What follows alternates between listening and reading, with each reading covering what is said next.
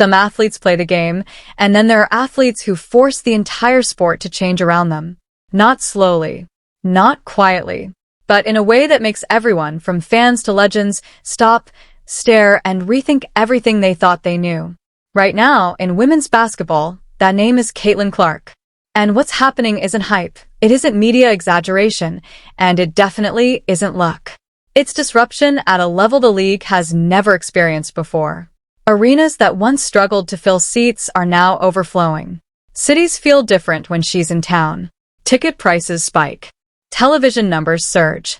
Entire conversations shift. This isn't just about a rookie having a good season.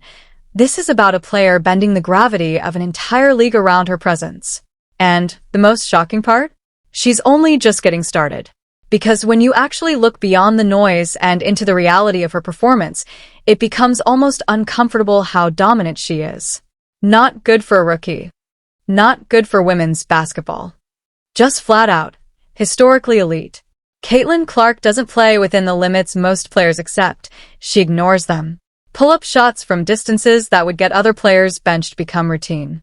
Logo threes aren't desperation attempts. They're calculated weapons. Defenders can be perfectly positioned, hands up, timing right, and it still doesn't matter.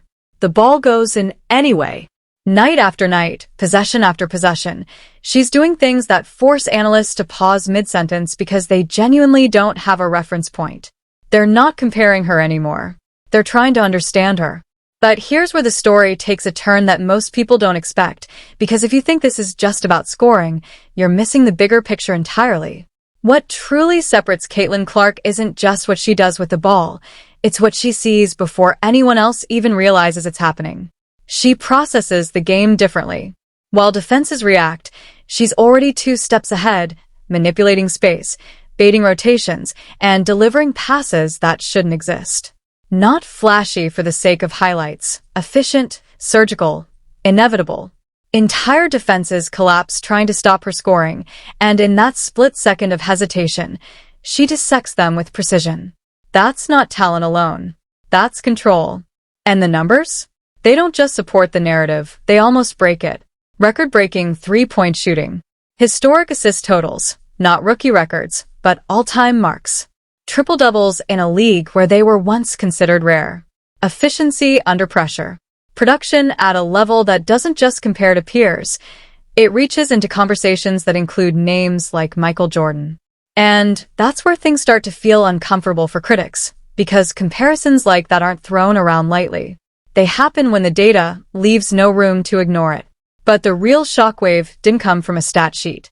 It came from a moment that flipped the entire narrative on its head. Picture this. Shaquille O'Neal sitting across from Angel Reese, her platform, her space, her audience. The expectation was obvious. If anyone was going to lean in Reese's direction, it would be Shaq. The loyalty, the LSU connection, the mentorship, it all pointed one way. And then everything shifted. He asked a simple question. Why do people love Caitlin Clark? At first, the answer stayed on the surface. Shooting, range, the obvious highlights. But Shaq didn't accept that. He leaned in, and what followed wasn't just disagreement. It was a complete dismantling of that simplified narrative. He didn't talk about hype. He didn't talk about media attention. He broke it down like someone who has spent a lifetime around greatness. He compared her impact to Stephen Curry. Not the surface-level comparison people casually throw around, but the deeper truth. A player who doesn't fit the traditional mold, doesn't look physically dominant, but changes the geometry of the game itself. And then came the twist no one saw coming. Shaquille O'Neal admitted he was wrong.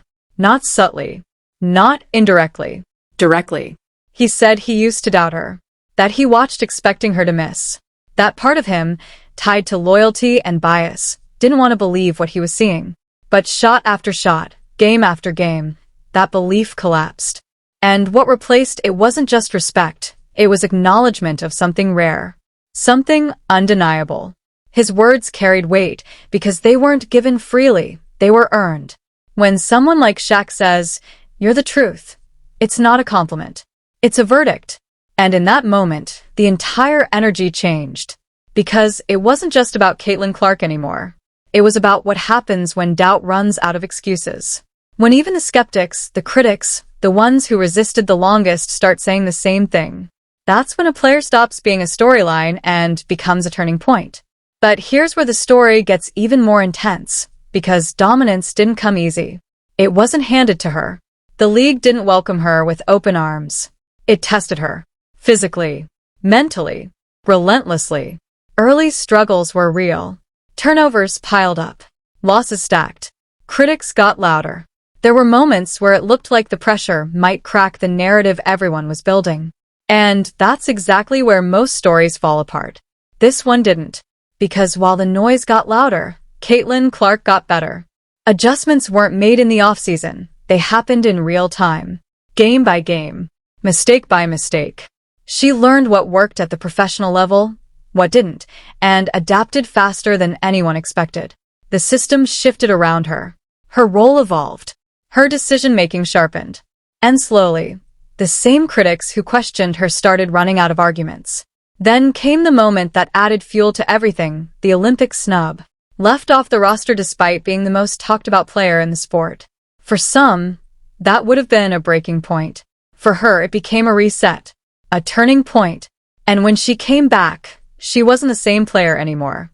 She was better, more controlled, more efficient, more dangerous. And that's the part people are just starting to realize. This isn't the peak. This isn't the final version. This is the beginning of something the league hasn't fully caught up to yet. Because when a player forces legends to admit they were wrong, forces arenas to sell out, forces conversations to shift, and still finds ways to improve, you're not watching a moment. You're watching a takeover. What happened next didn't just validate the hype, it shattered every remaining doubt. The Indiana Fever didn't just improve, they transformed. An 8-2 run after the break wasn't just a hot streak, it was a warning shot to the entire league. This was a franchise that had been stuck in irrelevance, suddenly moving with purpose, confidence, and belief. And at the center of it all was Caitlin Clark, no longer reacting, no longer adjusting, but completely in control. Her efficiency spiked. Her shot selection sharpened. Her three-point accuracy climbed under heavier volume, not lighter. That's the part that should make people uncomfortable. Most players become more efficient when they take easier shots. She became more efficient while taking harder ones. That's not normal. That's evolution happening in real time.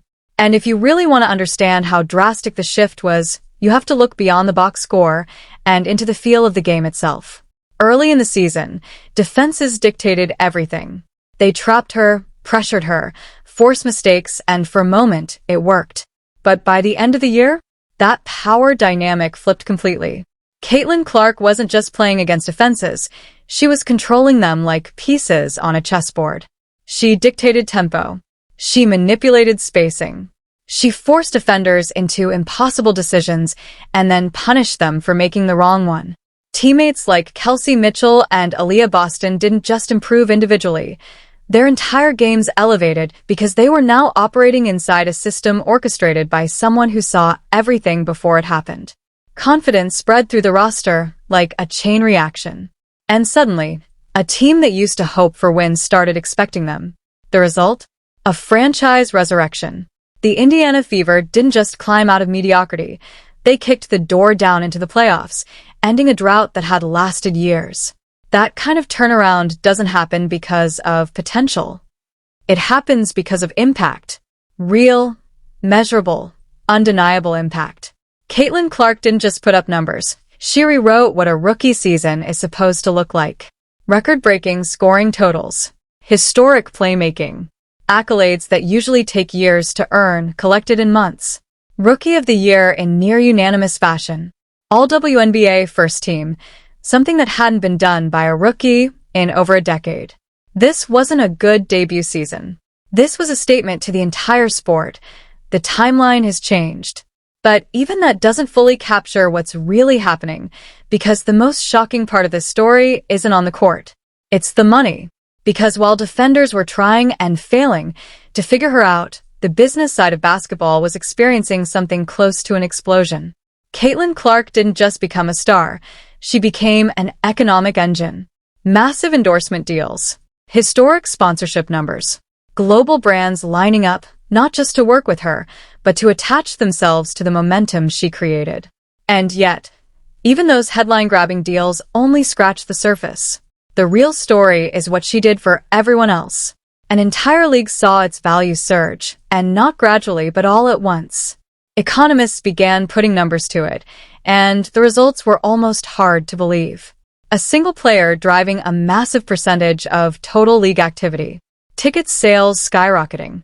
Merchandise flying off shelves. Broadcast numbers multiplying.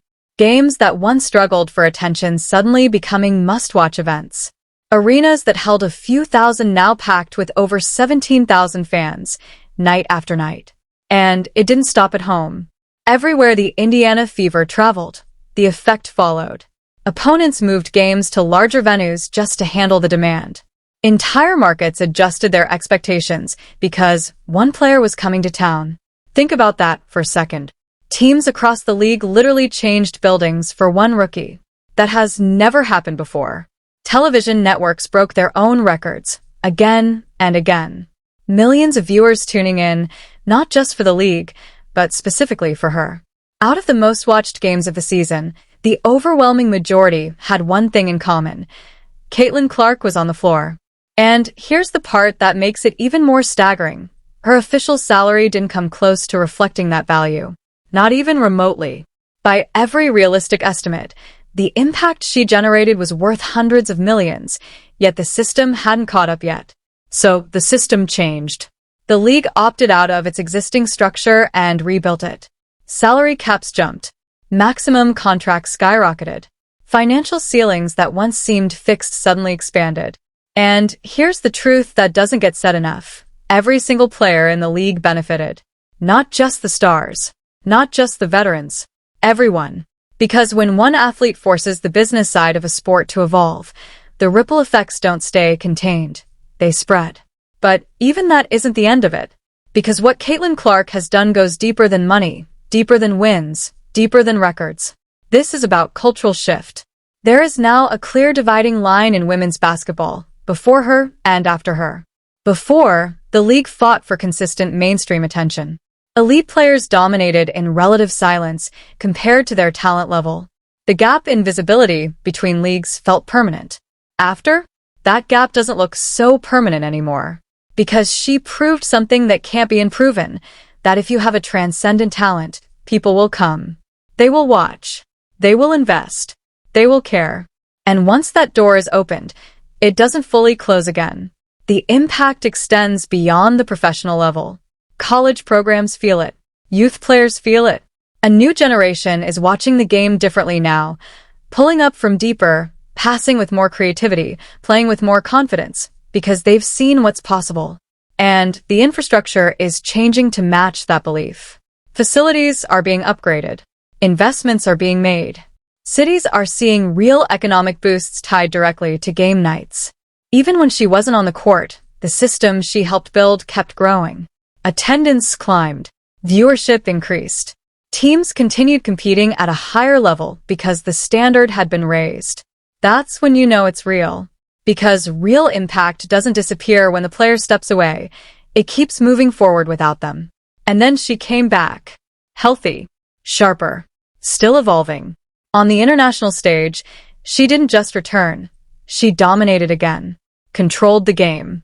Led with precision. Delivered exactly what you would expect from someone who had already forced an entire league to adjust. At that point, the conversation shifted one final time.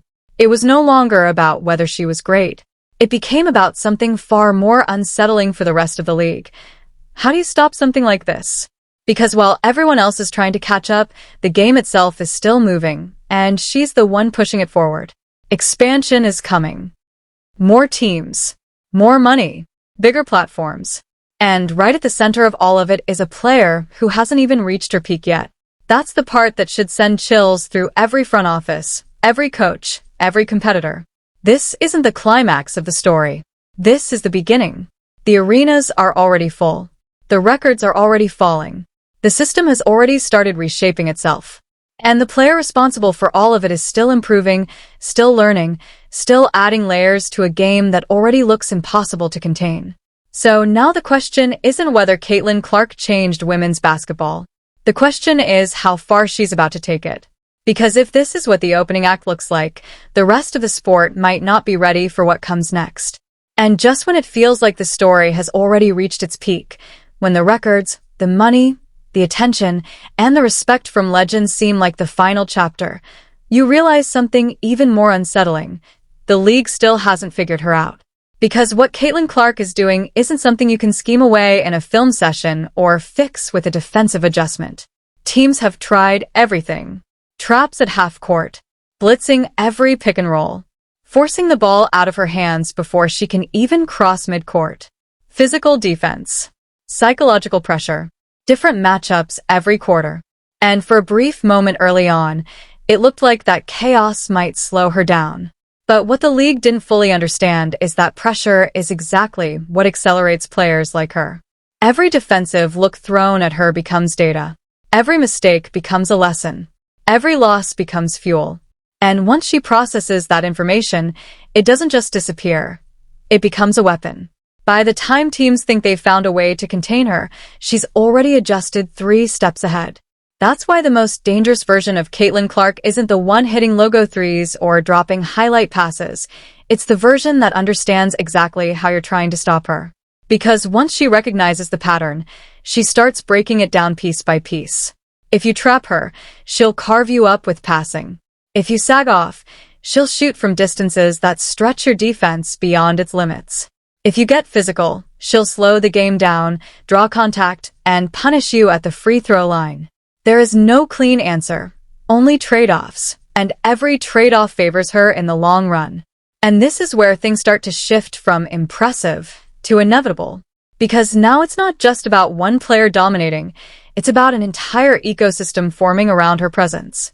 The Indiana Fever are no longer building a team in the traditional sense. They're building an identity.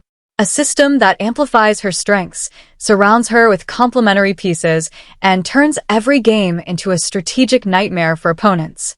Shooters get cleaner looks because defenders are terrified to leave her. Bigs get easier finishes because help defense arrives late. Role players suddenly look more efficient, more confident, more dangerous, not because they changed overnight, but because they're playing next to someone who bends the game in their favor. And here's the part that should concern the rest of the league the most. That system is still evolving. Because while everyone else is reacting to what she's already done, she's actively expanding what she can do next. Adding layers, tightening decision-making, improving efficiency, understanding timing at a deeper level. The version of Caitlin Clark that took the court at the end of her rookie season was already unrecognizable compared to the one who started it. Now imagine what happens with a full off-season, with more chemistry, with a front office that understands exactly what they have and is willing to build aggressively around it. That's not progression. That's acceleration. And it's happening at the exact same time the league itself is expanding. New teams entering, more markets opening, bigger arenas, larger audiences, increased financial stakes.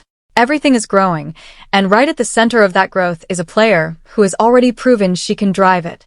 When expansion happens, it usually takes years for new teams to find identity, for the league to stabilize, for talent to spread evenly. But this situation is different. Because while the league grows outward, Caitlin Clark is pulling attention inward. She's the gravitational force keeping everything connected, everything relevant, everything moving. And then there's the psychological impact, the part that doesn't show up in stats or revenue reports but changes outcomes just the same. Every team knows when they're playing her. Every arena feels different when she walks in. Every defender understands that one mistake can turn into a highlight that gets replayed everywhere. That pressure builds. It lingers. It affects decision-making in ways players don't always admit. Rotations come a half-second late because defenders hesitate. Closeouts become rushed because no one wants to be the player who gave up another deep three. Coaches shorten rotations, adjust strategies, take risks they wouldn't normally take, all because of one presence on the floor. That's not just influence. That's control without even touching the ball. And what makes it even more fascinating is how quickly perception has flipped. Not long ago, there were real debates about whether Caitlin Clark would translate to the professional level, whether her style would work, whether the physicality would overwhelm her, whether the hype was too much. Now, Those conversations feel outdated, almost irrelevant, because the evidence has stacked up too high to ignore. Legends have spoken, analysts have adjusted, fans have decided, and even former skeptics, people who openly doubted her, have shifted their stance. That kind of universal recognition doesn't happen often. It happens when resistance becomes impossible to maintain. But here's where the story takes its most intriguing turn, because with all the dominance, all the success, all the validation, there's still one question that hasn't been answered. What happens when she fully peaks? Because everything so far suggests she hasn't reached it yet. The decision-making is still sharpening. The chemistry with teammates is still growing. The system around her is still being optimized. The league is still adjusting. And if this is what it looks like before everything fully clicks, then the ceiling isn't just high, it's undefined. That's the reality the rest of the WNBA is now facing. Not just a great player, not just a superstar, but a moving target that keeps getting better while simultaneously forcing everyone else to change. And history has shown that when a player reaches that level, when they combine skill, vision, impact, and timing, the sport doesn't stay the same. It evolves around them. So as the next season approaches, the anticipation isn't just about wins or losses or standings. It's about witnessing the next phase of something bigger than a single season.